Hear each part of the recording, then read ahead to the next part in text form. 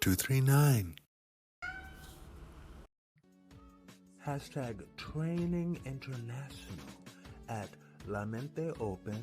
Hashtag First TV 239D.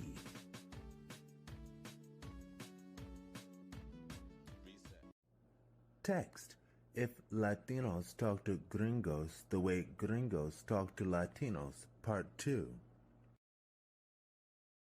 Hey guys, this is my friend Marilu. She just moved here from the United States, but don't worry, she doesn't own a gun. That's hilarious. I heard that everyone in your country's super rich and shallow. Is that true? Did you know my favorite song is the Cotton Eye Joe? I'm basically more American than Marilu. It's pronounced Mary Lou. That's what I said, Marilu. So what part of Canada did you say you're from again? I'm from the U.S. The U.S., Canada, you know it's all the same. That's actually very ignorant. Are you calling me a bigot? Kinda.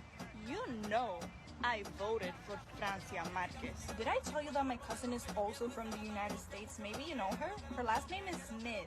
S-M-I. Marilu, what are you eating? This is burgers and fries. Oh my god, I've never heard of that. Can I try? Sure. You can really taste the lack of seasoning. Do you want the recipe? No, thank you.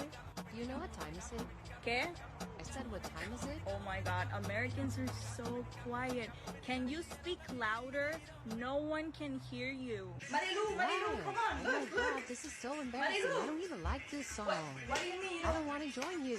This is the dance of your people.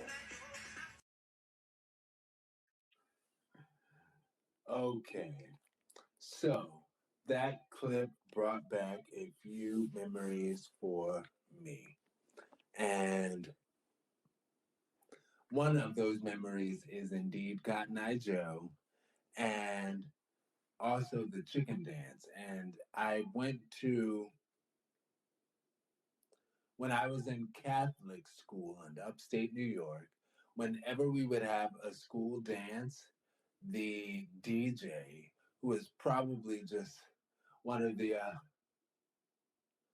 friends of one of the, are they called pastors? I forget. The fathers. I don't know.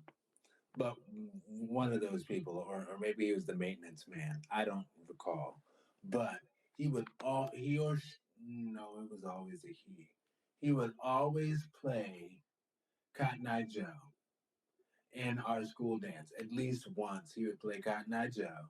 He would also play the chicken dance in our school. And I mentioned that I would state in advance that my staccato is not quite as fast as it once was due to the MS situation, making things complicated on me. But you all know the chicken dance. I'll do it slowly.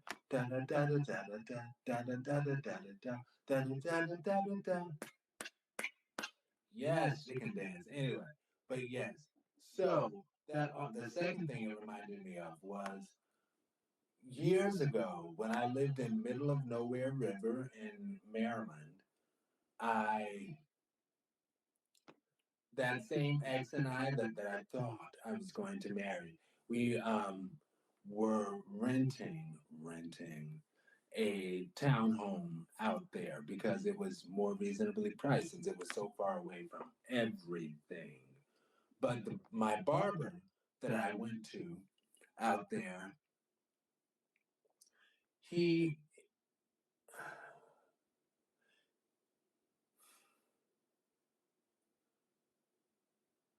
barber shop was run by dudes from Africa, just coincidentally, like way out there, like that's who ran it.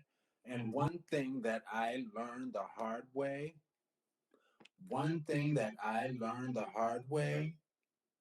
is that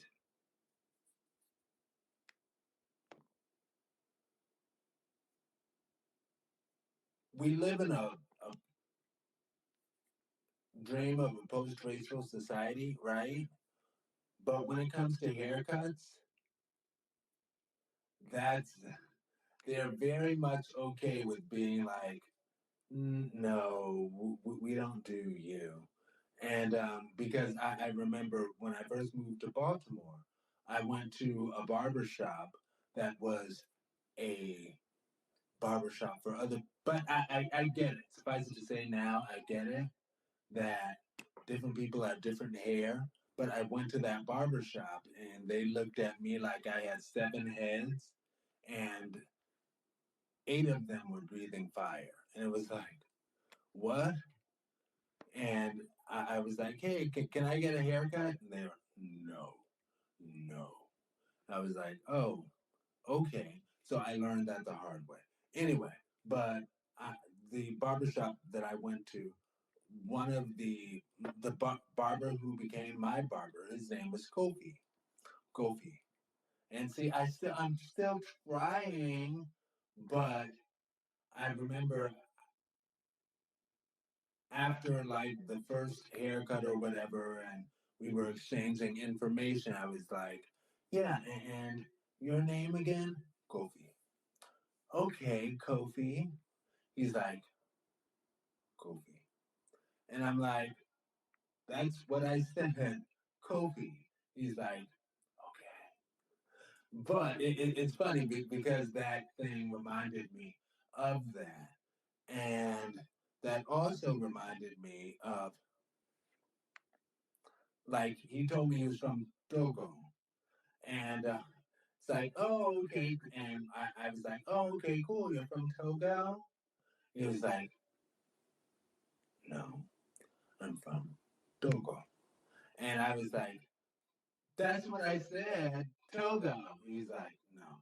Anyway, all of that to say, sometimes we just don't acknowledge or just don't notice our accents. I'm sorry, y'all, okay? And like my special Swahili speaking connection, he sort of chuckles at me when I say the way you say highway in Swahili is barabara ku ya uhuru. Wait, no, barabara ku ya uhuru. For Uhuru Kenyatta. I forget. So I'm sorry, but how you say big road or an avenue or whatever is Bada Bada Yakinyata, and he loved having a chuckle at me saying Bada Bada Yakinyata.